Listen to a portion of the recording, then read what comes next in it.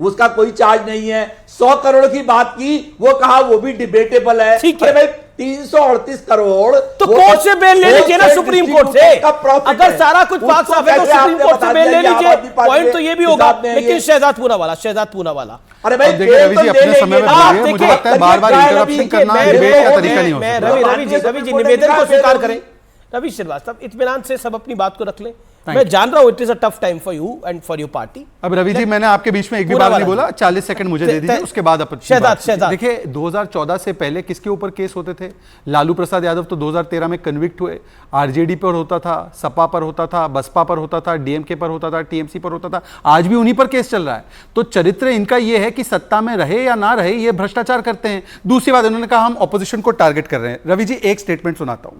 तुमसे जांच नहीं होती तो जांच करानी है, सोनिया गांधी को गिरफ्तार करो, 2 दिन उसका इंटेरोगेशन करो, देखो पता। अब सोनिया गांधी पर ईडी का केस चल रहा है। रवि जी एक बात बताइए कि उस समय पर अरविंद केजरीवाल झूठ बोल रहे थे, या आज उनके ऊपर जो चल रहा है वो सोनिया गांधी बड़ी ईमानदार है, भ्रष्टाचारी नहीं है और इसीलिए आज उनके ऊपर केस चलना गलत है? कौन सा स्टैंड है? अच्छा, तीसरी बात मुझे ये बता दीजिए कि आप तो कहते हैं ना कि हैरेस किया जा रहा है।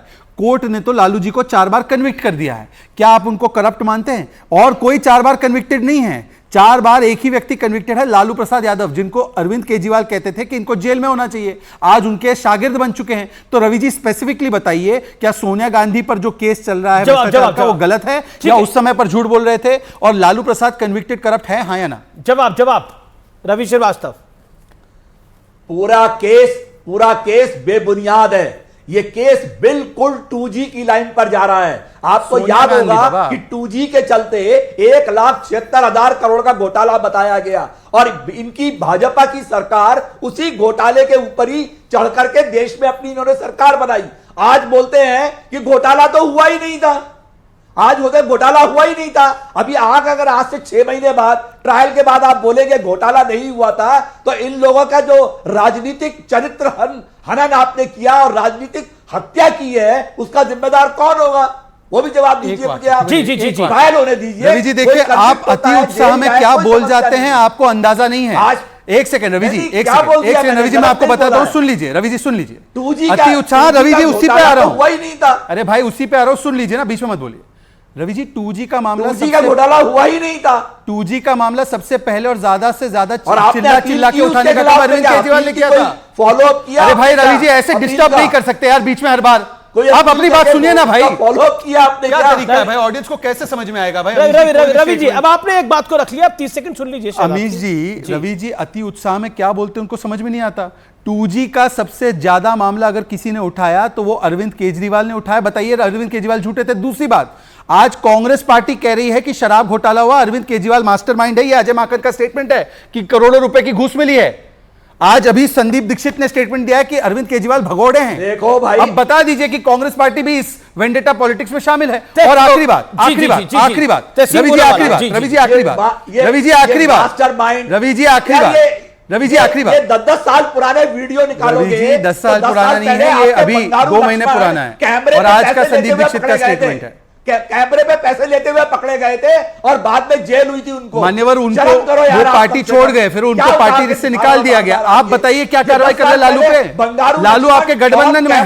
बड़ी अच्छी बात बोली। बंगारू लक्ष्मण की तरफ, बंगारू लक्ष्मण का जब तहलका स्कैम हुआ था, जब तहलका की टेप सामने आई थी, तो मैं रिपोर्टिंग करता था। सुनिए ना, आपने बड़ी सही बात बोली। जब बंगारू लक्ष्मण की टेप आई, बंगारू लक्ष्मण को जब आरोपी बनाया गया तो बीजेपी ने बंगारू लक्ष्मण को साइडलाइन कर दिया था। क्या मनीष सिसोदिया को बेल नहीं मिली? क्या अरविंद केजरीवाल को ईडी ने बुलाया है? क्या इनको भी साइडलाइन करेगी पार्टी? जवाब दीजिए ना। अरविंद केजरीवाल तो कहते थे, चिल्ला के कहते थे कि भ्रष्टाचार का आरोप लगता ही इस्तीफा देना चाहिए। अब क्या करेंगे अरविंद केजरीवाल? इस्तीफा देंगे या बने रहेंगे? ये बड़ा सवाल है। नहीं, के पास जाना पड़ेगा। लेकिन बड़ा सवाल यह है कि अरविंद केजरीवाल जो शीला दीक्षित से लेकर फॉर्मर प्राइम मिनिस्टर, स्वर्गीय शीला दीक्षित से लेकर former prime minister doctor Manmohan Singh को नसीहत देते थे, क्या आज वो अपनी नसीहत पे काम करेंगे? उनको ईडी ने सम्मन भेजा है, वो पेश नहीं हुए हैं, वो प्रचार करने चले गए हैं। सुप्रीम कोर्ट ने उनके डिप्टी सीएम की बेल रिजेक्ट करते हुए कहा है कि मनी ट्रेल दिखाई दे रही है। अब बताइए इसके बाद क्या बचता है? क्या आम आदमी पार्टी जिन मूल्यों पे बनी थी, क्या आम आदमी पार्टी उन मूल्यों को धराशायी कर चुकी है? यह बड़ा सवाल बनता है। और मैं तहसीन पूनावाला के पास आता हूं। तहसीन पूनावाला, आज एक फिल्म का डायलॉग है जो मुझे बोलने का बड़ा मन हो रहा है। आज आप खुश तो बहुत होंगे क्योंकि जो अरविंद केजरीवाल स्वर्गीय शीला दीक्षित को कहते थे, सुरेश कलमाड़ी जी को कहते थे, उसके साथ साथ former prime minister doctor Manmohan Singh को कहते थे, आज कहीं ना कहीं जो वक्त का पहिया है उधर ही आके मुड़ गया है और निशाने पर खुद अरविंद केजरीवाल है। जवाब आपकी इस बात से मैं इत्तेफाक रखता हूं। अंग्रेजी में एक मुहावरा है, the hens have come home to roost. तो वक्त का पहिया पूरी तरह से घूमकर उन पर आ गया है और इसीलिए मैं अक्सर ये हिदायत देता हूं कांग्रेस को भी और आम आदमी पार्टी को भी कि ये जो स्टेटमेंट्स है सोच समझकर दीजिए। जब अन्ना मूवमेंट चल रहा था मैं जानता था कि इस तरह की जो बातें हो रही थी, एक सुपर इंपोजिंग लोकपाल जो अनकॉन्स्टिट्यूशनल था, जो अनडेमोक्रेटिक था, उसकी डिमांड अरविंद केजरीवाल जी जो कहते थे, वो सब आज उनके खिलाफ हो रहा है। लेकिन इसी के साथ ये सब गलत हो रहा है, मैं इसमें आपसे बिल्कुल इत्तेफाक करता हूं। लेकिन इसका मतलब ये नहीं कि बीजेपी पाक साफ है।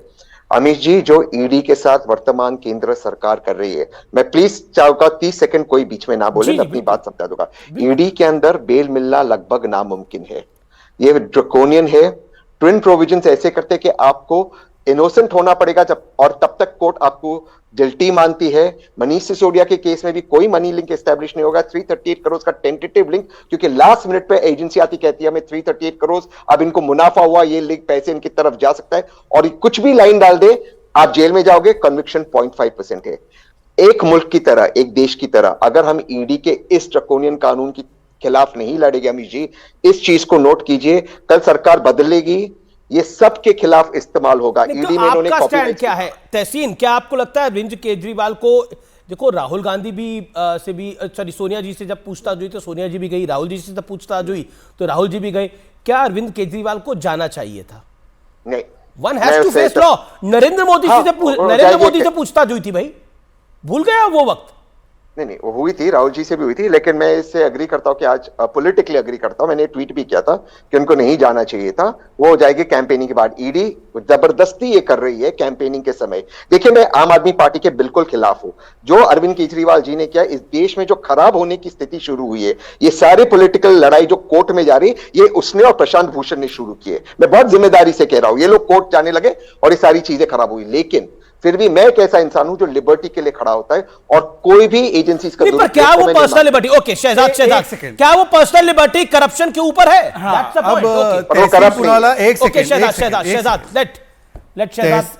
तहसीन पूनावाला 28 अप्रैल 2023